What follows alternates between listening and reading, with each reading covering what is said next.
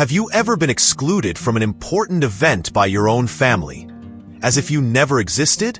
Imagine finding out that your entire extended family, your aunts, uncles, cousins, the people who hugged you as a child, who took pictures with you every Tet holiday, are all planning a grand reunion. But no one said a word to you. Not a text. Not an invitation. Not an explanation. You weren't left out by accident. They left you out on purpose. And what hurts the most is when you realize that the person who initiated it was the person who stood by your side through your worst times. The reason? Because you don't fit the family image anymore. I was treated like a stigma, as if my existence was something they wanted to hide. They thought I would stay quiet. They thought I would suffer. But instead of complaining, I decided to do what none of them could have imagined. I bought the venue and turned it into a stage for truth, revenge, and personal justice. Welcome to Twisted Justice, where we tell true stories from the Reddit community, where the victim is no longer the victim, but the one who turns the tables. Here, you'll find heartwarming family stories, awkward situations, unexpected twists, and heartwarming comebacks. In today's video, you'll join me in a story that begins with a silent betrayal and ends with a thunderous applause. They didn't invite me, and that was their biggest mistake. Because that day, I was the one who had the key to the venue, and I was the one who decided who got in and who got to stand outside and watch. Are you ready? This story will make you both sad and happy. And who knows, it will help you look back at how you let others treat you. My name is Daniel.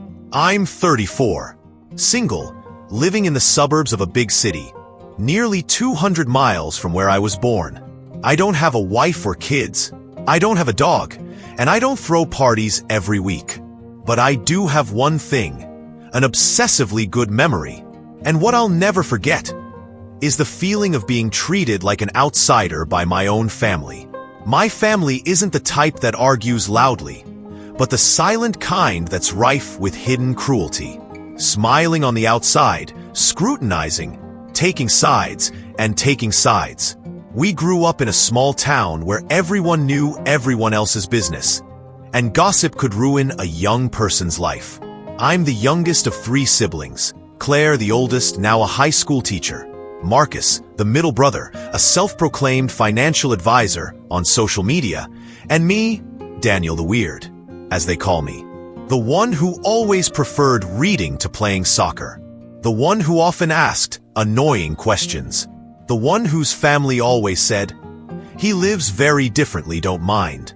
My father, Richard, used to be a bank employee, strict but always protected Claire and Marcus like treasures. My mother, Linda, was a softer person but easily influenced. And she was also the first person to tell me when I was 16, "You need to behave like a family member." I didn't understand, because I was still family. Right? My childhood passed like a curtain pulled askew.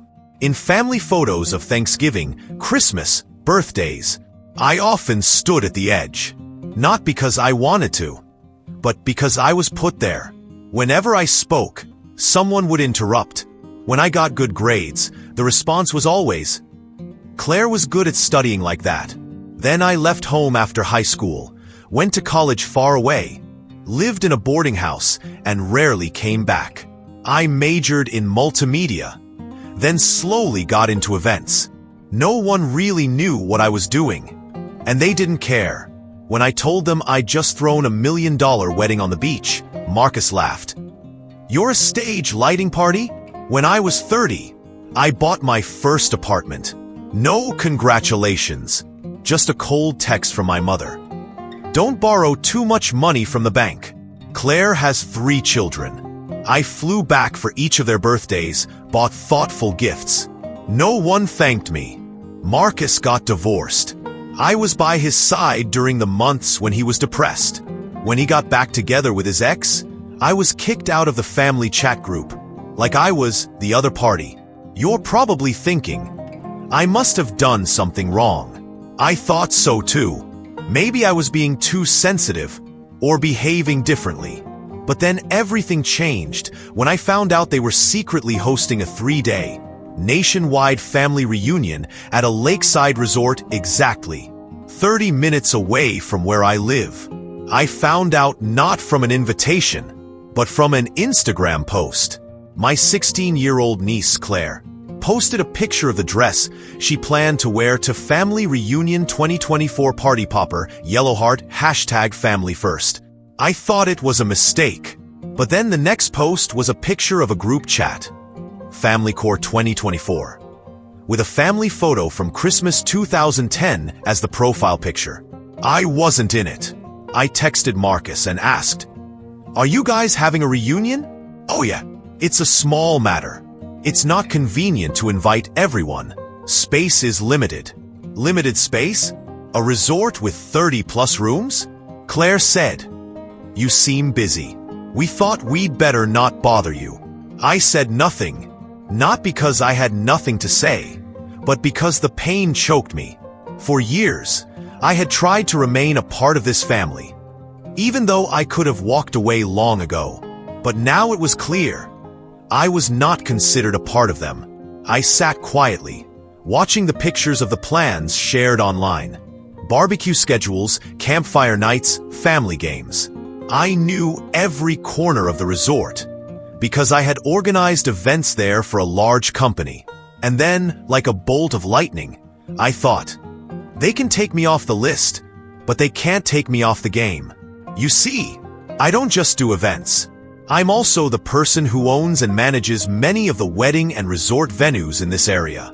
And luckily, the owner of the resort where they were planning to hold the meeting, Mr. Mason, was someone I had helped through a disastrous PR incident. He still owed me a favor. You know what happened next. From the moment I found out about the family reunion, an event planned in secret, without any invitation to me, I was in only one state, gritting my teeth and swallowing my anger. I should have gotten used to this. Over the years, they had always tried to make me feel like I didn't belong. But this time was different. This was no longer an accident. This was a deliberate exclusion. In the days that followed, I tried not to let my emotions overwhelm me. I still went to work as usual, still laughed and talked with customers, still organized the event like a perfectly functioning machine. But when night fell, when all the lights went out and I sat alone in the quiet apartment, my mind kept asking myself, why? For what? Since when did I become someone who wasn't worth mentioning? I started to dig through old messages in the family chat group, the group that I had accidentally deleted a few times. When I suggested a get-together, no one responded. My birthday wishes for family members were met with a half-hearted emoji. When I sent a picture of my career success, everyone went silent. When Marcus posted a picture of lunch with his new girlfriend, he got 37 likes and 15 "so cute" comments. And then I remembered the only time I had ever tried to host a family dinner.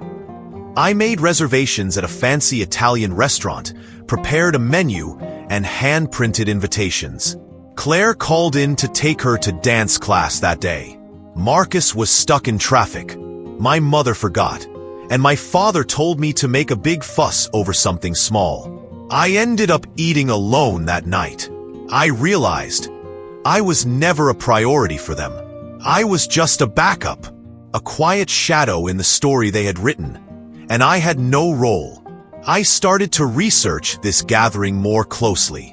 The resort they chose, Lakeview Haven, was a high-end place known for its privacy, lakeside setting, and separate accommodation for large families. I knew they had to book at least 4 months in advance, meaning the plan had been in the works for a long time.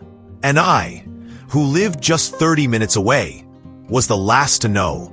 Claire and Marcus were both good at building their image. They knew how to make others feel close when they were actually keeping their distance. From Facebook to Instagram, they shared group photos, photos of their children, photos of their ideal family, never including me. And they used social media to legitimize the fact that I didn't exist in their picture. One night, I decided to call my mother. "Mom, I heard we're getting together?" "Oh, I thought they were just joking. I don't know much." "You don't know? But I saw your name on the resort guest list." She was silent. Then she sighed. "You know, I'm old. I can't control what they do. But maybe they think you don't fit in with the family atmosphere." I felt like someone had punched me in the chest. Not fit. I am my biological child. I am my own flesh and blood. And yet my mother, the one who used to hold me when I had a high fever, the one who used to read stories to me, now said something so indifferent. I hung up, not angry, not crying, just a bitter emptiness that began to form in my heart. The next day, I received a work email from Mr. Mason, the owner of Lakeview Haven Resort. He asked me if I still wanted to cooperate in the summer events. I immediately had a thought. If I wasn't invited as a guest, then maybe I would become the host. That I began to make plans. Not a plan of revenge, at least not yet, but a plan to maintain control. Because if they continued to ignore me, I would forever be left out of the story of my own life. And I didn't want that anymore. I emailed Mason back, requesting a meeting at the resort. I didn't mention my family in the conversation. I just said I was looking for a high-end venue to host a big event for a business partner. I wanted to book the entire resort for 2 days, to coincide with a family reunion. Without hesitation, Mason agreed to meet. That day, in a light rain, I drove to Lakeview Haven, my heart pounding not with excitement, but with a surge of determination. I walked into the main lobby, where, in a few weeks, my entire extended family would appear, laughing, taking selfies, and calling each other's names, but never me. But this time, things would be different. I met Mr. Mason, a polite, friendly, middle-aged man. After a discussion, I proposed. I would like to rent the entire main house, the living room and the outdoor party area, from Friday to Sunday. I am willing to pay a 60% deposit. He seemed surprised. "Oh, that weekend seems to be booked." I smiled, trying to keep my composure. "That's why I wanted to talk to you directly. I think we can come up with a better deal for both of us." Money was not an issue. I had saved it not to show off, but to use at times like this, to buy back the silence they had imposed on me over the years. After a while of discussion, Mr. Mason said he would check with the party who had made the reservation and would give priority to customers willing to pay more. I knew I was not on the right track in the eyes of morality, but when you're treated like an invisible person in your own family, you know what it's like to have to make your own place. I didn't want to ruin their vacation. I just wanted to make them remember me, at least once, in a way that made it impossible to ignore me. The next day, I called my cousin, Dan, one of the few people in the family who still kept in touch with me. "Dan, do you know who's planning this year's reunion? I think Claire and Marcus are in charge." "Why do you ask?" "Just curious." "I wasn't invited." "Damn. Really? Why?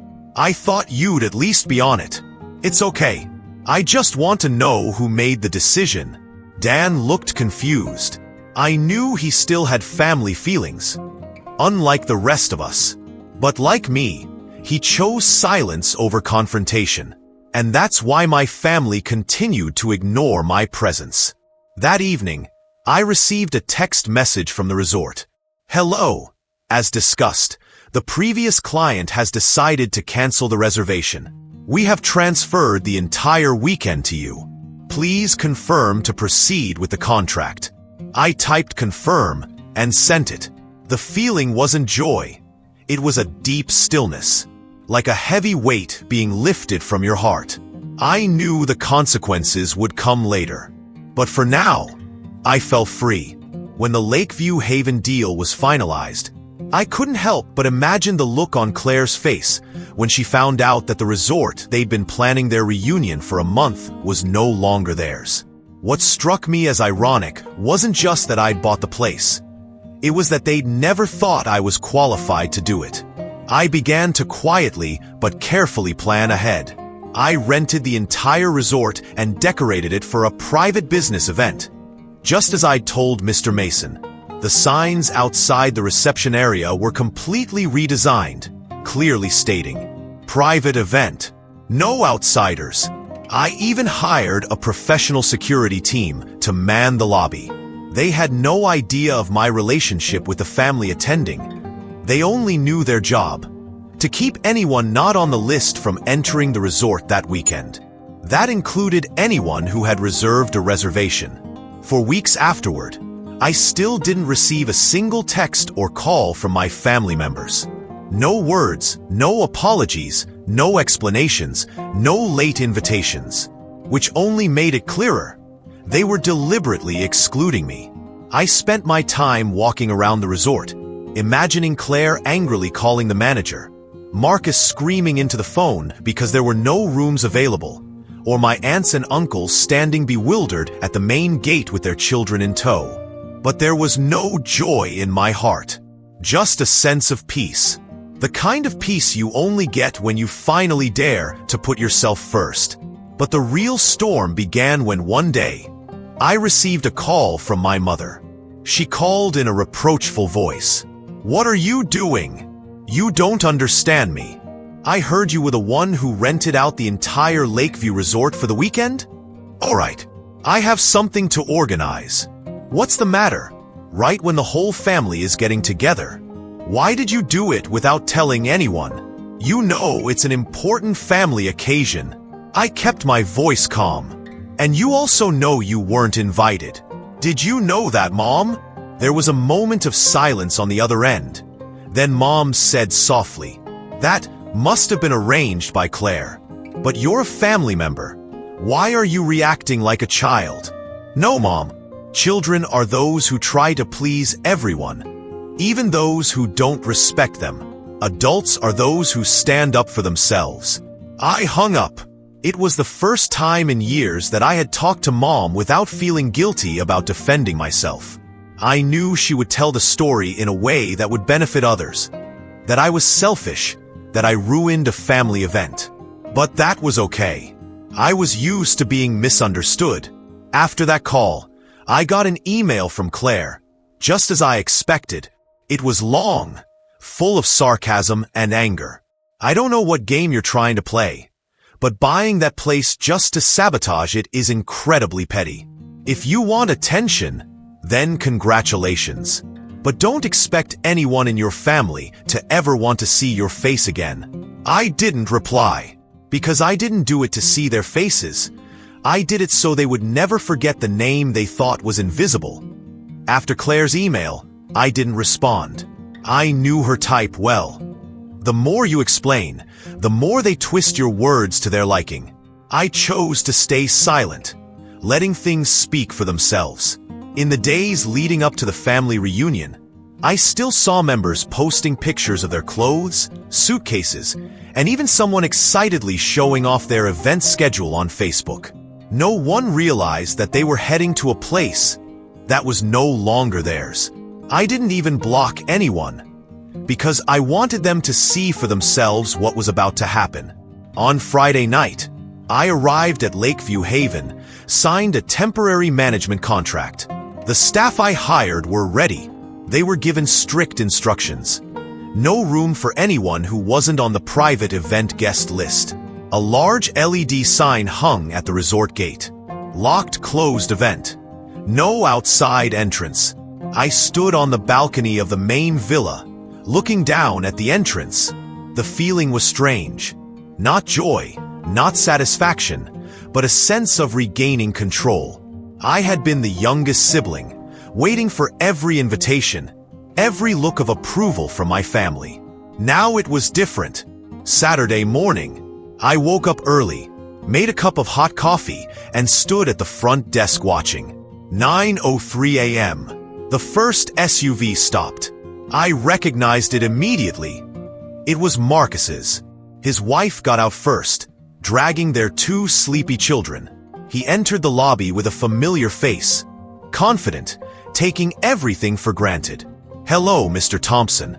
We have 3 rooms reserved, Marcus Thompson." The receptionist bowed slightly, checked the list and said, "Sorry, sir. Your name is not on the list for today's event." "Event? I booked the room over a month ago.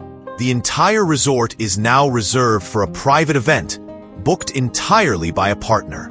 Marcus started to speak loudly. I could hear him calling, probably to Claire. A moment later, 2 more cars arrived, aunts, uncles, all looking bewildered. Each one came with a hope that there must be some mistake. But one by one they were turned away at the gate. I stood inside, no one could see. But I saw them, each familiar face, each expression changing from confusion to anger. Some even yelled at the security guard. Some pulled out old receipts, but to no avail. The resort was now mine. Around 11:30, Claire appeared. She did not come in her own car, but with my mother. They walked into the lobby with angry faces. Claire strode straight to the front desk. "I am the one who made the reservation. I demand to see the manager immediately." The receptionist calmly replied, "The current manager is the one who organized today's private event. I'll contact you if you want to send a message." "No need to contact me. I want to know who rented the whole place. Who did this childish thing?" I walked out. Claire turned around, and her eyes almost fell out of her eyes when she saw me standing a few steps away. Wearing a white shirt, coffee in hand, her face was calm as if this was my house. "Is it you?" she said, biting her lip. "Long time no see, Claire." I smiled slightly. "You bought this place? Why? Because it was abandoned?" "Not really. I just felt like I needed a quiet space. No noise, and especially no lies." My mother interrupted, her voice almost breaking. "Do you want to destroy our family by doing this?" I looked at my mother. Not angry, just tired. I didn't tear the family apart. The family tore me apart. I just stopped pretending not to see. Claire turned around and shouted at the relatives milling about in the parking lot. "The reunion is cancelled. The resort has been robbed." But clearly, no one believed me, and no one dared to come near me any further. They retreated, one by one in silence. Claire was the last to leave the lobby, her eyes full of anger. I knew to her, I had just ruined a perfect plan. But to me, this was just the beginning of a bigger lesson. I never thought that moment would become the turning point of all my family relationships. Sometimes, people say that betrayal doesn't come from the enemy, but from the people you trust the most. And on that day, I got a full taste of that bitter truth. Right on a sunny afternoon, when I thought my family was still a solid unit. It all started with something seemingly very small. A photo posted on social media. I was working when I received a notification from Facebook. A cousin had posted a series of photos in an album titled Family Memories, the trip of a lifetime. I clicked on it, without any doubt, thinking that this was probably a previous gathering that I had already known about. But when I scrolled down to the first photos, my heart felt like it was being squeezed. The photo showed my entire family, my parents, my aunts and uncles, my cousins, even my newborn babies, all beaming in the sun, standing in front of the ocean, holding fresh coconuts, laughing together. They were at the resort I had recommended, just 3 hours away. My pet sitter was in the picture, but I was nowhere to be seen. No invitation, no text, no hint of anything. At first, I thought it was a misunderstanding. Maybe they had sent an email invitation that I had missed? Or was there something wrong with my phone? I checked all my texts, emails, even my spam. Nothing. I tried calling my cousin, the one smiling brightly in the first photo, but she didn't answer. My heart sank. The feeling of being left out, of being invisible in my own family, the place I thought was my only support, was like a blow to my confidence. That night, I received a text message from my cousin Hui. He sent just 3 words. "Don't be sad. I replied. "Why weren't you invited?" And then there was a series of silence that lasted for 3 days. No one said anything. No one admitted it. No one explained. A series of doubts began to arise in my heart. Why me? Was it because I was too different? Was it because I didn't have my own family like them? Was it because I wasn't like them enough? I began to dig deeper, quietly gathering the pieces of the truth. One evening, I ran into my youngest sister at the supermarket. When I asked her directly about the trip, she avoided my eyes and awkwardly replied, well, not everyone was invited, to cut costs. But I knew that the family's finances were not lacking. They held the event at a 4-star resort, hired a band, and even had professional photography services. The cost-cutting excuse was a gentle but cold slap. A few weeks later, I had the chance to talk to a distant relative named Min, who had been separated from his family because his wife was poor. He told me something that sent a chill down my spine. "You're not being left out. You're being discarded." I could barely sleep that night. Every memory of previous gatherings, my attempts to please everyone, to bring gifts to the kids, to help organize the party, to listen to each person's private stories, suddenly felt hollow. I had been trying to maintain a connection that had been silently severed. And then, a message came from someone I had never expected. My sister-in-law, who always kept a friendly exterior but was rarely really close, sent me a recording. It was a conversation between several members of my family, secretly recorded. My mother's voice rang out, soft but clear. "I think it's best not to invite him. He's always making things difficult for people with his strange life choices. The kids are starting to ask awkward questions." Then an uncle's voice. "He seems to like living alone. Let him be. No question about it." My aunt's voice chuckled softly. "Maybe he's happier not being involved. It's that simple." I was speechless. The emotion was no longer anger. It was the pain of being rejected for no specific fault, just because I was different. I cried, for the first time in years, not because they hated me, but because they never really considered me part of what they called family. And then, in that moment, I stopped feeling like a victim. I felt like I was the one who knew the truth, the only one who knew the whole picture. And I knew, if family could be redefined by such petty and selfish choices, then I could also choose how to respond. As I stood there, looking at the public guest list for the family reunion, a list from which I was completely excluded, I no longer felt the pain. Instead, I felt something else creeping in, a sense of awareness, a cold but clear sense that if I continued to be the one trying, the one making the arrangements, I would forever be overlooked.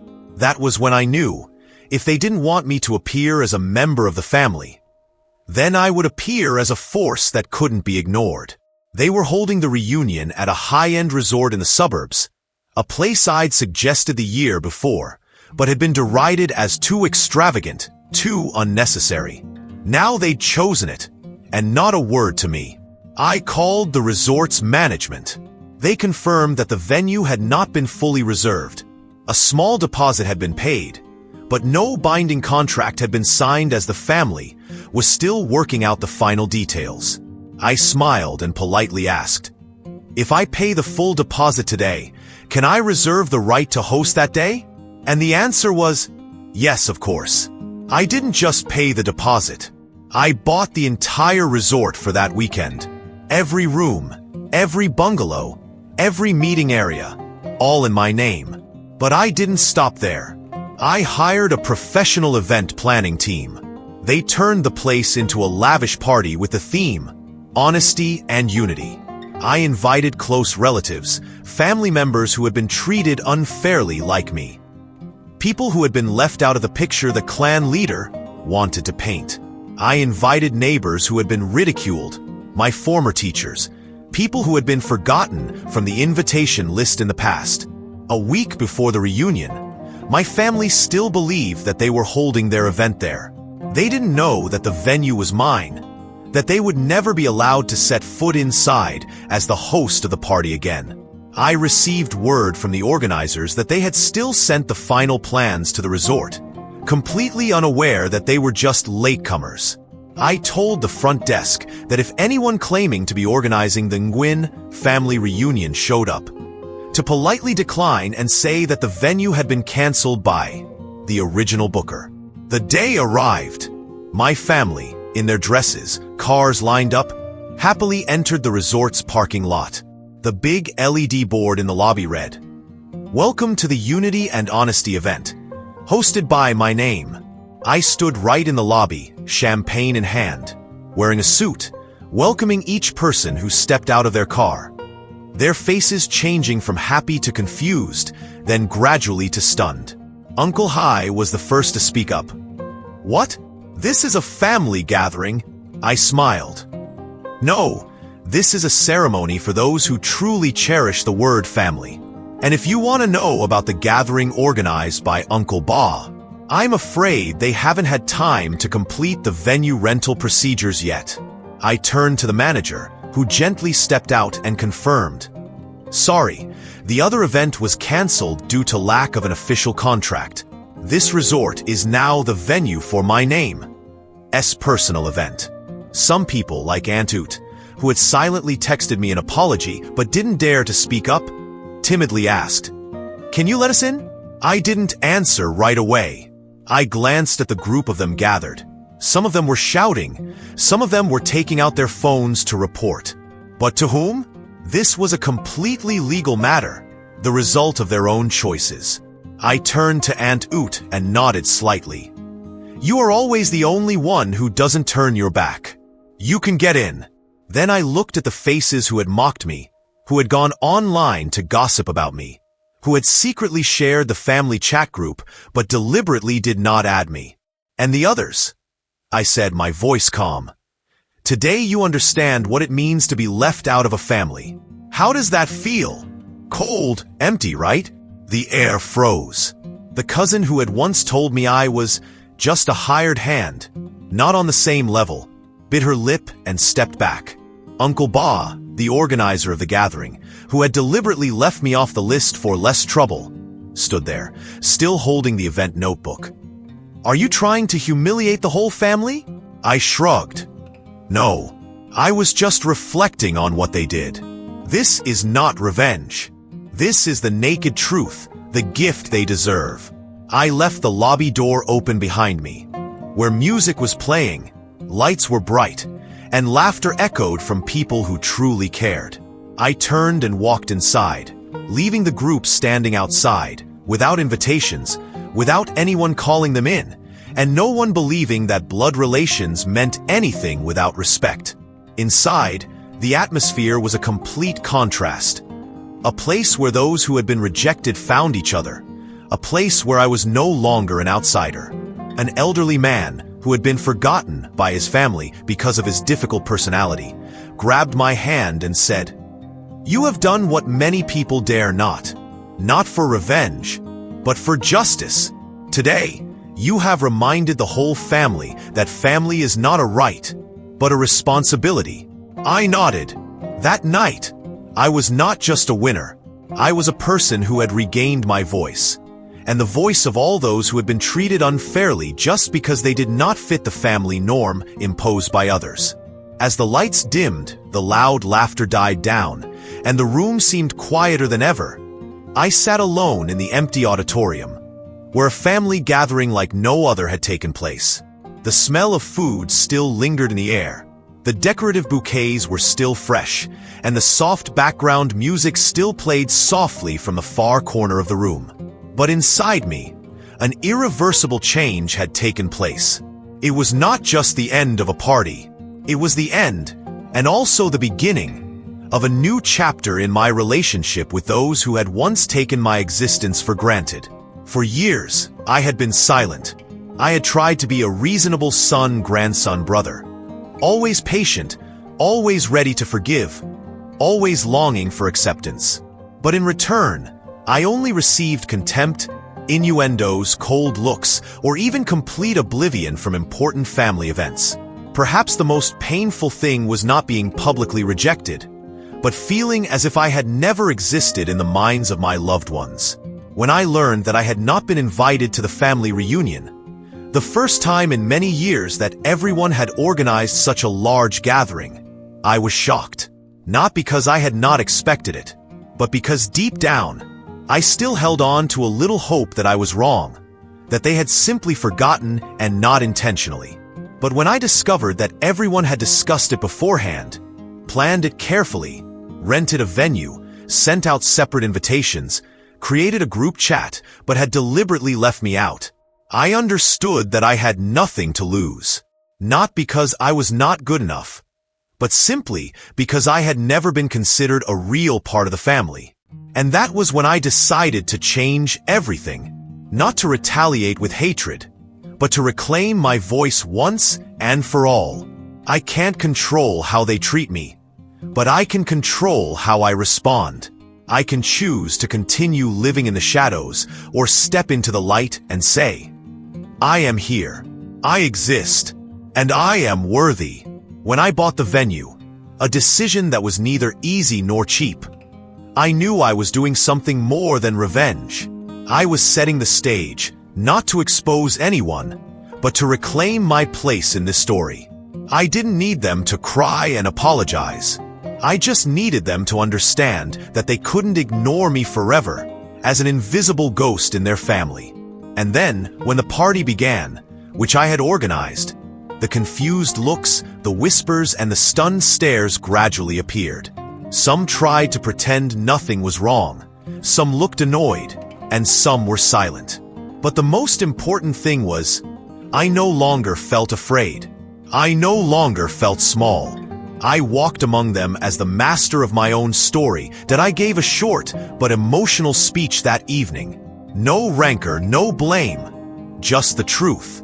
That I knew I had been cut out of their lives, that I had felt hurt and lost, that I had worked extra hard to succeed, and that I had invited them all here today not to find fault, but to say, I am still a part of the family, whether they acknowledge it or not.